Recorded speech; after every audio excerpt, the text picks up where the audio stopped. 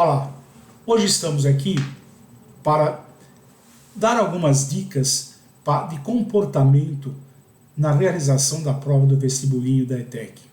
Seguindo essas dicas, você poderá ter uma melhor performance no desempenho da sua prova, seja de pontuação, seja de tempo.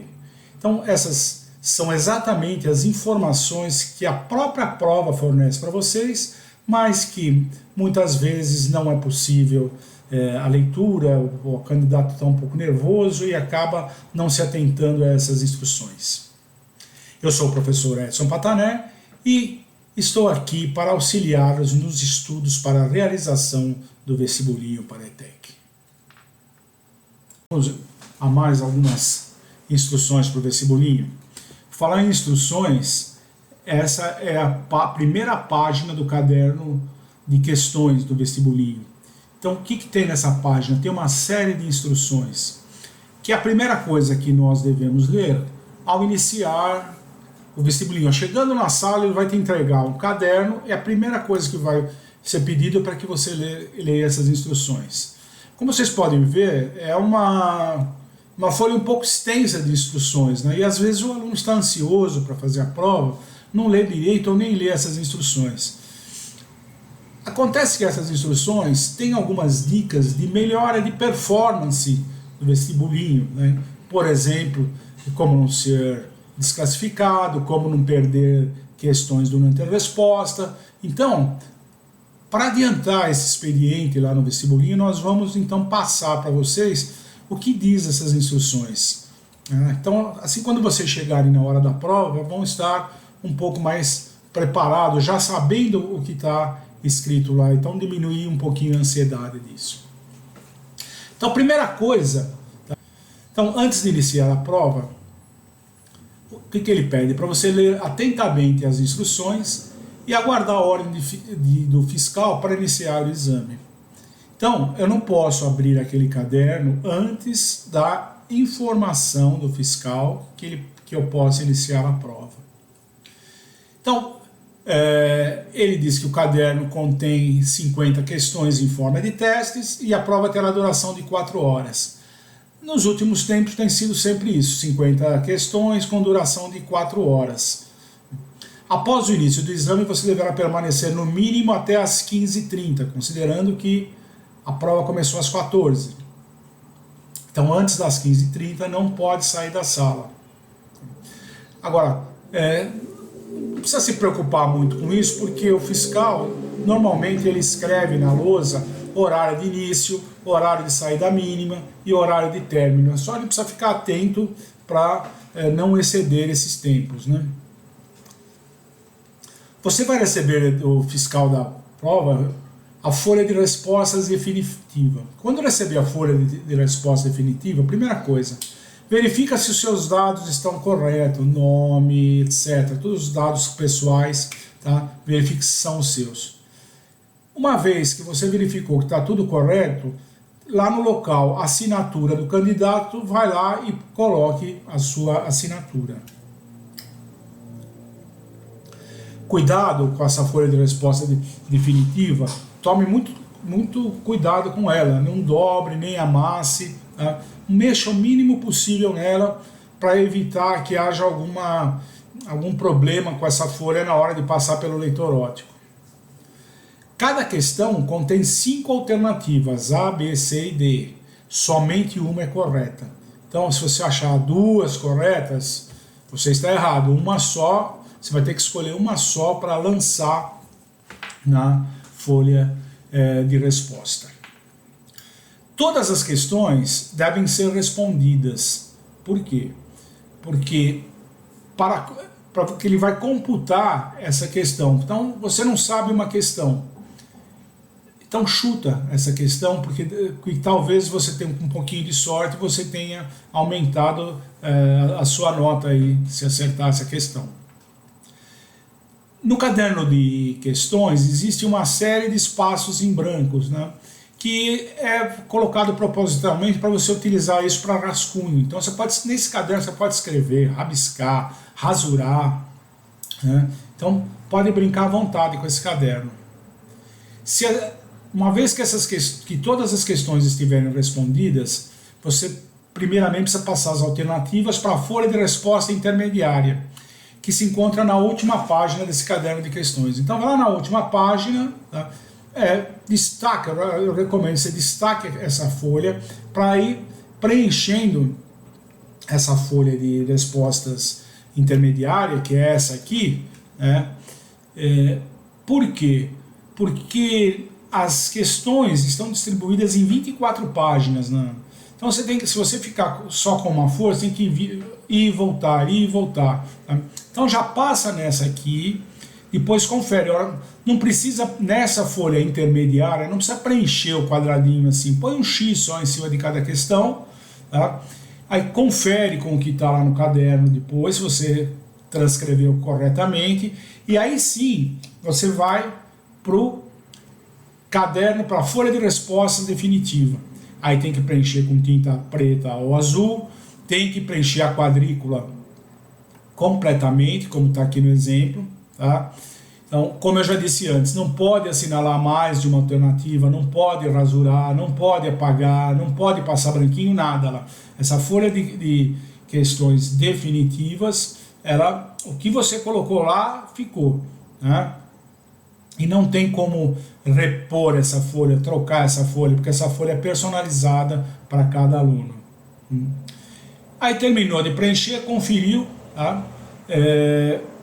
Aviso fiscal, ele vai recolher essa folha na sua carteira.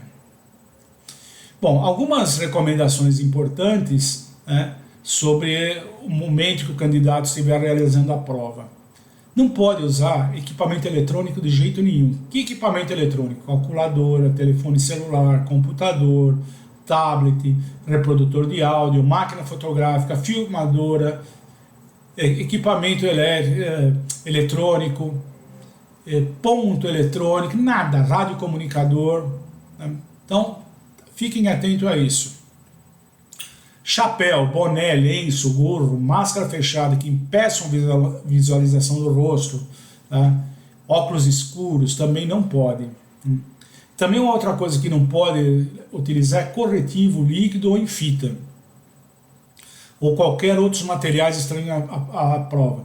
Corretivo é totalmente desnecessário, porque no caderno de questões você vai poder rabiscar à vontade lá. Então, se errou alguma coisa, rabisca e faz o certo, né? Já na folha de respostas definitiva, não tem jeito, se você usar o corretor, aquela questão vai ser anulada. Então é totalmente inútil um corretivo líquido, só vai fazer com que você perca tempo durante a realização do exame. O telefone celular, às vezes é necessário a gente carregar, porque eu preciso avisar alguém para me buscar ao término da prova, ou pedir um Uber, alguma coisa nesse sentido. Mas, quando você estiver dentro da sala de aula, mantenha esse equipamento desligado, tá?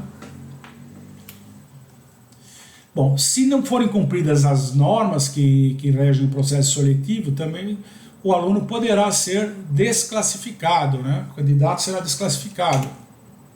Então, quais seriam essas regras, né? Algumas delas a gente colocou aqui. A primeira delas é óbvia, né? Se você não comparecer ao exame na data determinada, desclassificação. Outro problema é que aí vai ser considerado como não comparecimento, é se você chegar após o horário determinado de fechamento dos portões. Até aqui tem sido às 13h30. Então, o coordenador do prédio que você estiver determinado para fazer o vestibulinho, às 13h30 ele vai mandar fechar o portão. Geralmente ele dá uma olhadinha, vê se não vem ninguém correndo, aí fecha o portão. E aí não tem choro mais, não pode abrir. Uma vez determinado o fechamento, não tem como abrir. Então você também vai ser desclassificado. Outra coisa que é necessário é a apresentação dos documentos de identidade originais. Então, para prestar o vestibulinho, você tem que estar com esse documento original em mãos. Então, tome cuidado com eles durante a semana, deixa ele bem guardado para evitar perda, que você seja roubado. Então, guarde bem esse documento e não esqueça de, no dia do vestibulinho, portar esse documento com vocês para que possa ser exibido lá no momento para o pessoal que fiscaliza a sala, tá? Bom, você não pode também se retirar da sala sem autorização do fiscal. Ah, mas se eu tiver vontade de ir no banheiro? Se tiver vontade de ir no banheiro, você pede para o fiscal te acompanhar. Geralmente existem pelo menos 2 fiscais na sala, ou então um fiscal do corredor que pode te acompanhar até o banheiro e no retorno também. Então não precisa ficar apertado, pode pedir que eles acompanhem, isso é normal durante esses processos. Se você tentar utilizar qualquer tipo de equipamento eletrônico, livros, notas, impressos ou apontamentos, durante a realização do exame também você vai ter problema. Ou seja, isso aqui é simples, não pode colar, não tente colar. Também perturbar de qualquer modo a ordem no local da aplicação de provas, se perturbar, causar alguma confusão, poderá ser também eliminado do processo. Outra forma também de ser eliminado é se você se retirar da sala de provas com a folha de respostas definitiva. Bom, geralmente o fiscal vai chamar atenção, vai recolher a folha, né? Não vai deixar você sair mais. Em todos os casos, fique atento para esse procedimento. Aqui utilizar meio fraudulento, aqui é a tal da cola, né? Que você não pode fazer ou tentar realizar qualquer espécie de consulta ou comunicar-se com outros candidatos. Isso tudo caracteriza a cola.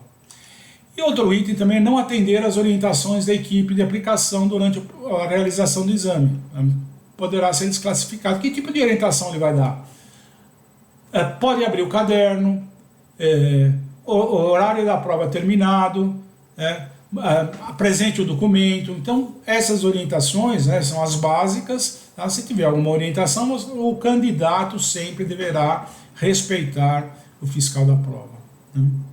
E um outro item que é zerar na prova teste. Se você não acertar nenhuma das 50 questões da prova teste, fatalmente você está fora do processo. Então, seguindo essas orientações, nós podemos ter até uma melhoria de performance, né? O exame será executado, elaborado pelo candidato de forma correta, sem que ele corra riscos de se desclassificar ou perder algum outro tipo de questão. Correto? Vamos lá então, pessoal. Até a próxima.